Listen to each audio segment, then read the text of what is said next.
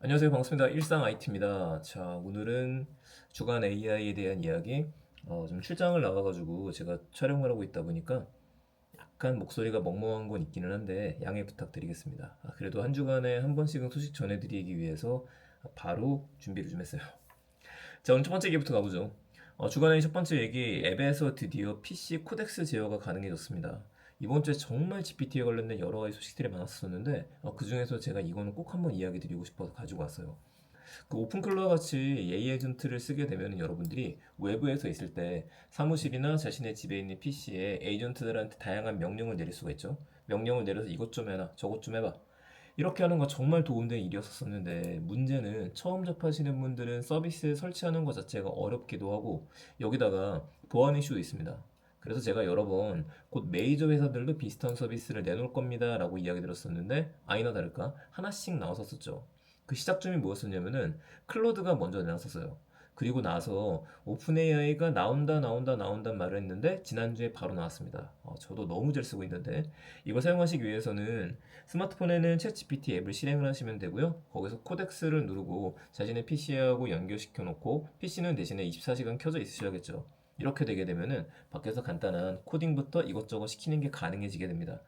그래서 그 점점 AI를 쓰는 것 자체가 개발자분들 같은 경우에는 더 복잡하고 어려운 코딩을 많이 시키는 일이 되실 거고요. 그렇지 않은 일반 기획자분들, 일반 직장인분들 같은 경우에는 거기까진 가지 않더라도 내 컴퓨터 안에 있는 비서한테 굉장히 쉽고 빠르게 다양한 일을 지시할 수 있게 됐다.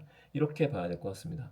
대신에 토큰 사용이라고 해서 지금이야 코덱스는 무료 사용자들도 이용할 수 있게 만들어줬거든요. 그런데 쓰면은 쓸수록 아마 유료로 써야 되지 않을까라는 생각을 더 하게 되실 거라고 생각이 드네요. 자, 두 번째 얘기 하도록 하죠.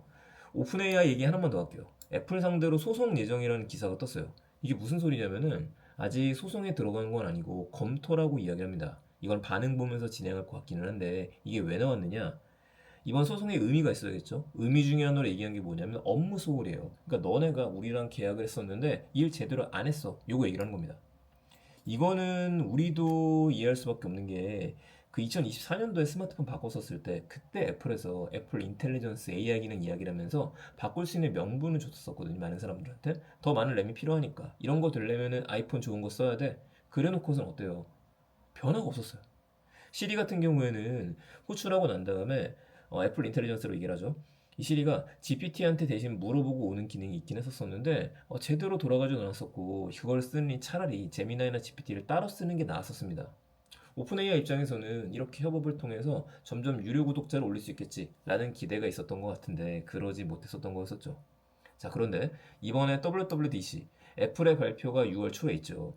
여기서 이번에 시리가 제미나이를 우리가 업데이트했어요 라는 걸 보여줄 것 같습니다. 이렇게 되면 어떻게 되느냐? 오픈 AI 입장에서는 아니 쟤는 우리가 다 했었는데 2년 넘어가니까 제미나이로 갈았다? 라는 얘기가 나오는 거예요. 근데 생각해보세요. 이 이야기가 처음 나온 거 아닙니다. 몇 달 전부터 나왔던 거예요. 근데 왜 하필 지금이냐? 이걸 생각해보게 되면은 이 조나단 아이브, 조니 아이브라고도 이야기를 하는데 조니 아이브가 지금 제휴를 했잖아요. 오픈 AI하고. 그래서 오픈 AI 단독의 스마트폰이 나온다는 얘기도 있었고 뭔가 디바이스가 나온다는 얘기도 있었는데 이게 조금 더 구체화되고 있는 시점이 아닌가 싶습니다. 그때가 되게 되면은 소송에 걸릴 수도 있고 여러 가지 문제가 있을 수도 있을 테니까 미연에 방지하기 위함이 아닌가 싶네요. 일단 간을 보기 시작했다. 자, 세 번째 가겠습니다. 진짜 스마트폰인 비서 제미나이 인텔리전스가 여름에 출시 예정입니다. 다음 주에 구글 I/O 행사가 있죠. 이것 때문에 추격하시는 분들도 많긴 했는데 진짜가 오게 될 것 같아요. 자, 먼저 공개가 된 거는 이름은 제미나이 인텔리전스. 우리가 비서야. 이거 얘기하는 거고요. 애플이 애플 인텔리전스 얘기했잖아요. 이거랑 같이 가는 게 아닌가 싶습니다. 이 장표가 그 제미나이 홈페이지에 공개가 되어져 있는데 보다시피 이것저것 다 해줄 수 있어요 라고 얘기를 합니다. 근데 이것들 중에서 제가 굉장히 기대된 것 중에 하나는 뭐냐면은 앱 자동화가 있습니다. 이거 애플이 몇 년 전부터 얘기했었던 거거든요. 여러분들께서 지난번에 찍었던 사진 편집하고 난 다음에 카카오톡으로 누구한테 보내줘. 요걸 하게 되면 수행이 된다. 이걸 보여줬었는데 안 됐었어요. 근데 그걸 보여주는 겁니다. 이제 우리가 이거 되게 만들어주겠어. 안드로이드가. 그래서 사려 나왔던 것 중에 하나가 메모장에 장 봐야 될 리스트를 만들어 놓은 게 있으면은 제미나이한테 요청을 해서 야 이거 쇼핑카트 좀 처리해봐. 그럼 쇼핑카트에다가 담아준다는 얘기가 되는 거예요.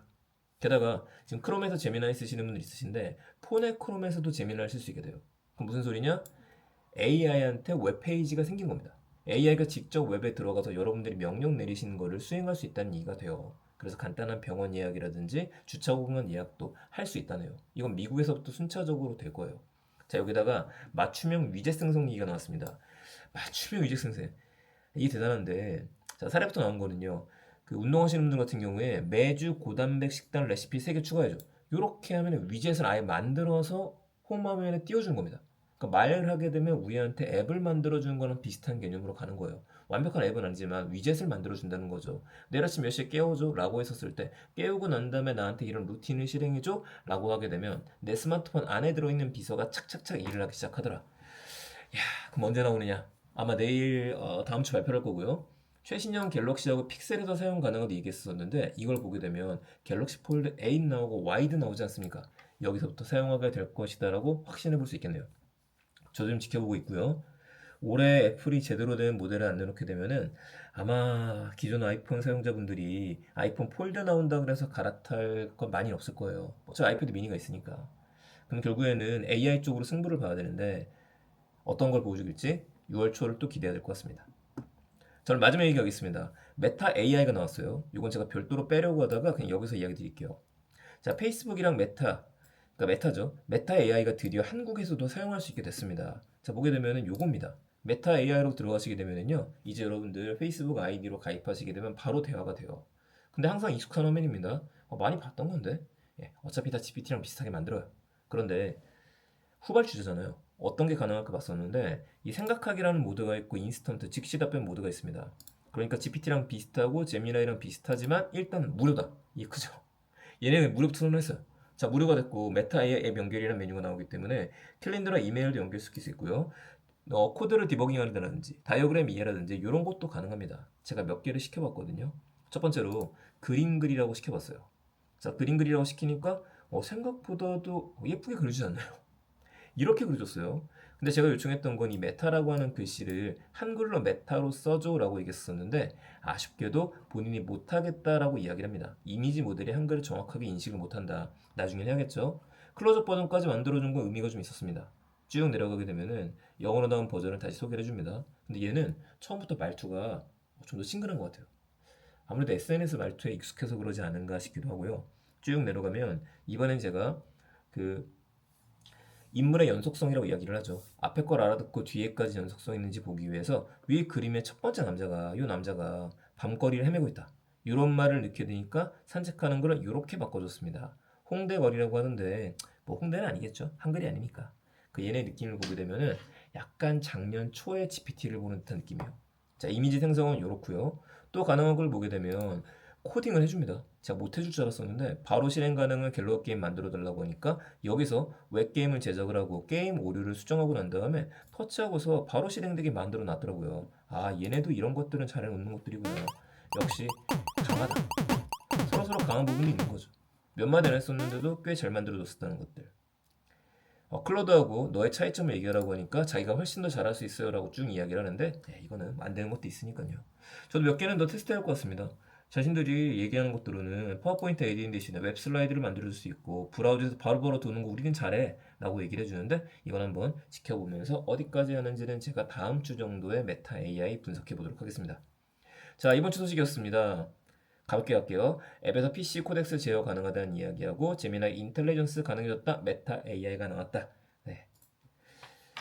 이번 주도 포기하지 않고 소식을 전해드리기 위해서 준비를 좀 했고요.